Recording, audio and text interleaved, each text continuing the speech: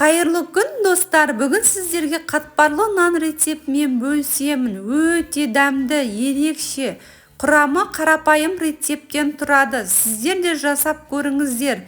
Менің рецепттерім сіздерге ұнаса, достарыңызбен бөлісіңіздер. Каналыма тіркеліп алыңыздар. Алдағы уақытта сіздерге күшті рецепттермен бөлісемін.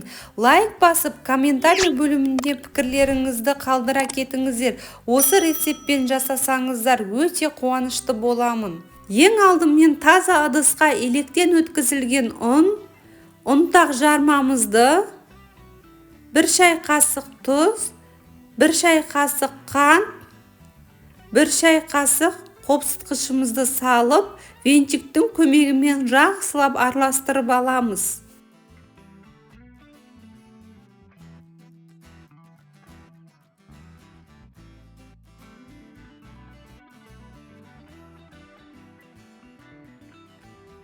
Араластырып алғаннан соң, қайнаған ыстық суымызды аз-аздан құя отырып, қамыр илеп аламыз.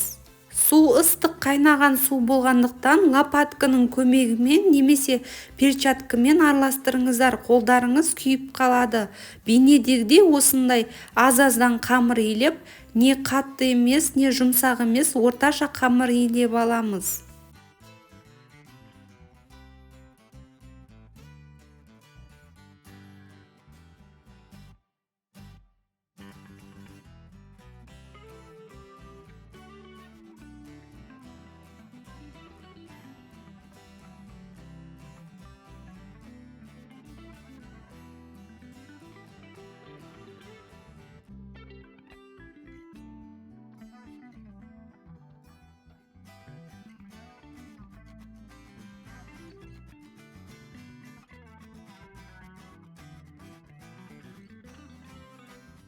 Қамырды жақсылап біріктіріп илеп алғаннан соң, дастарханымызға алып, қолымызбен 1-2 илеп, қамырымызды колбаса тәріздес қылып, созып аламыз. Содан соң 4 бөлікке бөліп кесіп аламыз.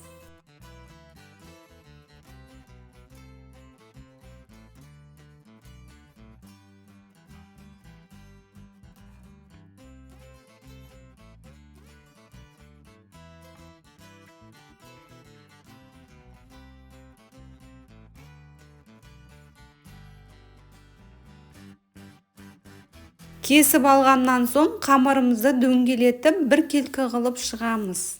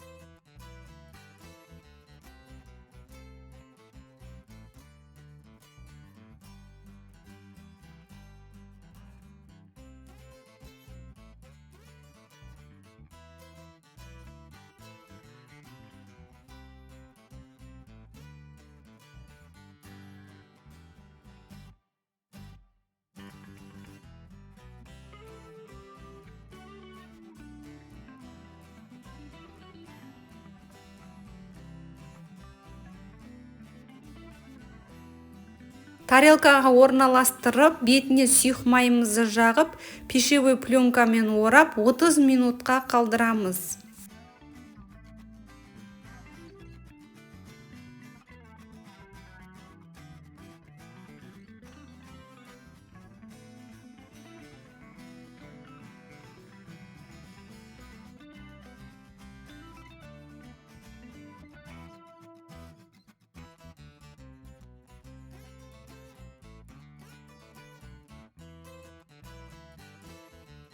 Қамырымыз дайын болғанша салмасын дайындап аламыз. Салмасына үкіштен өткізілген сыр, көк пияз, ертілген сармайымызды дайындап аламыз.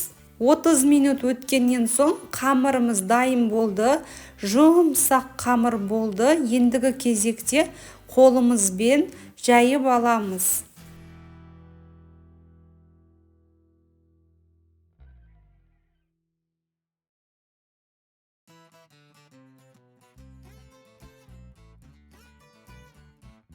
Қолымызбен жайып алғаннан соң оқтаудың көмегімен жаямыз. Оқтауға салмақ түсірмей ақырын жаямыз.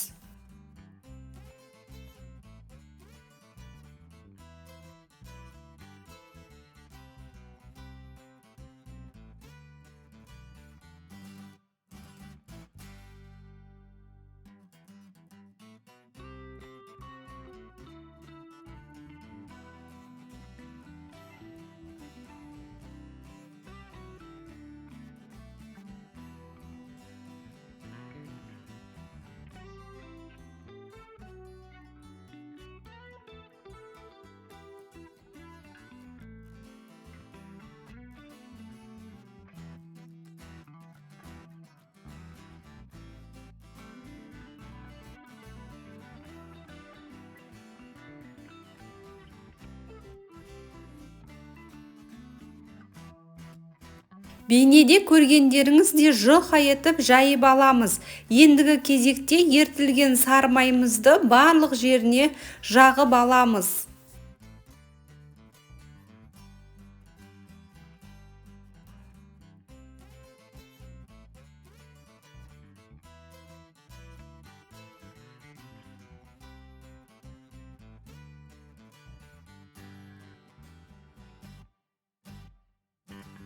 Майымызды жағып алғаннан соң көк пиязымызды бір келкі қылып сеуіп шығамыз.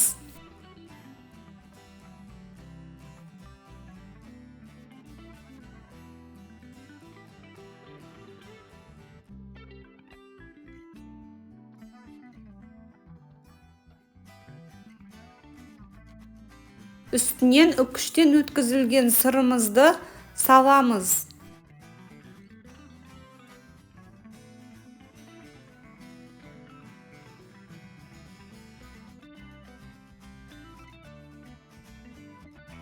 Салмасын салып алғаннан соң қамырымыздың бір шетін орап, сармайымызды жағып шығамыз.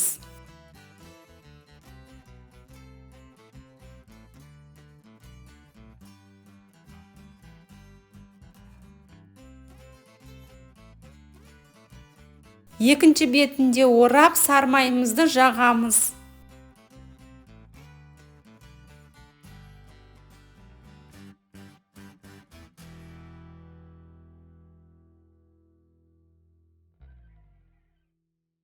Ендігі кезекте бір шетінен тығыз қылып орап шығамыз.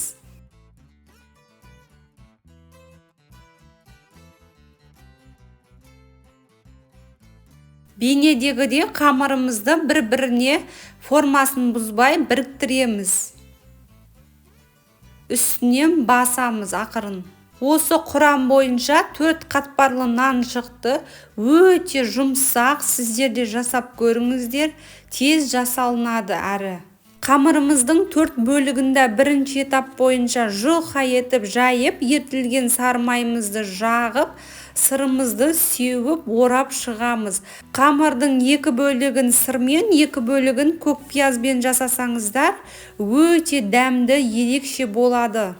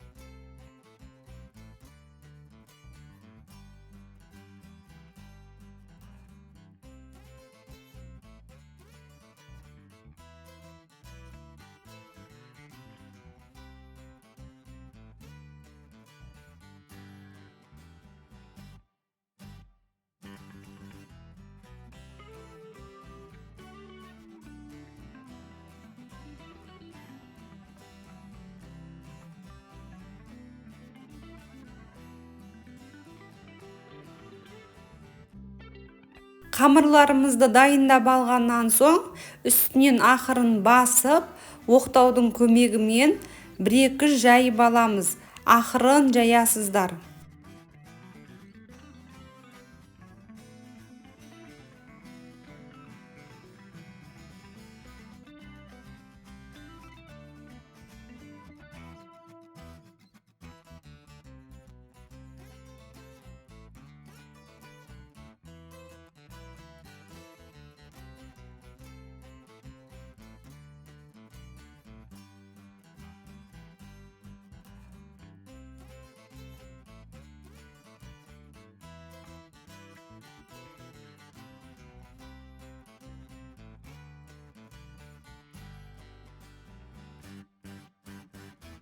Қамырымызды жайып дайындап алғаннан соң табамызды қыздырып, бірінші пісіргенде сары майымызды жағамыз.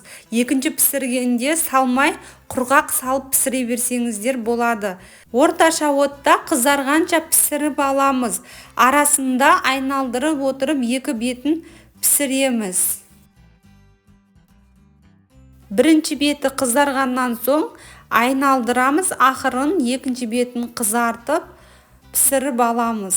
Қатты отта қоймаңыздар, піспей қалу мүмкін. Орташа отқа қоямыз. Осылай айналдырып отырамыз арасында.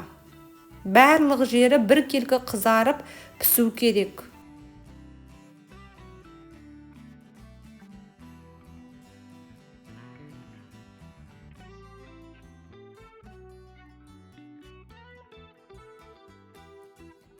Екі беті де қызарып пісті. Қараңыздаршы, қандай әдемі қатпарлы нан. Екіншісін май жақпай-ақ салып пісіре береміз.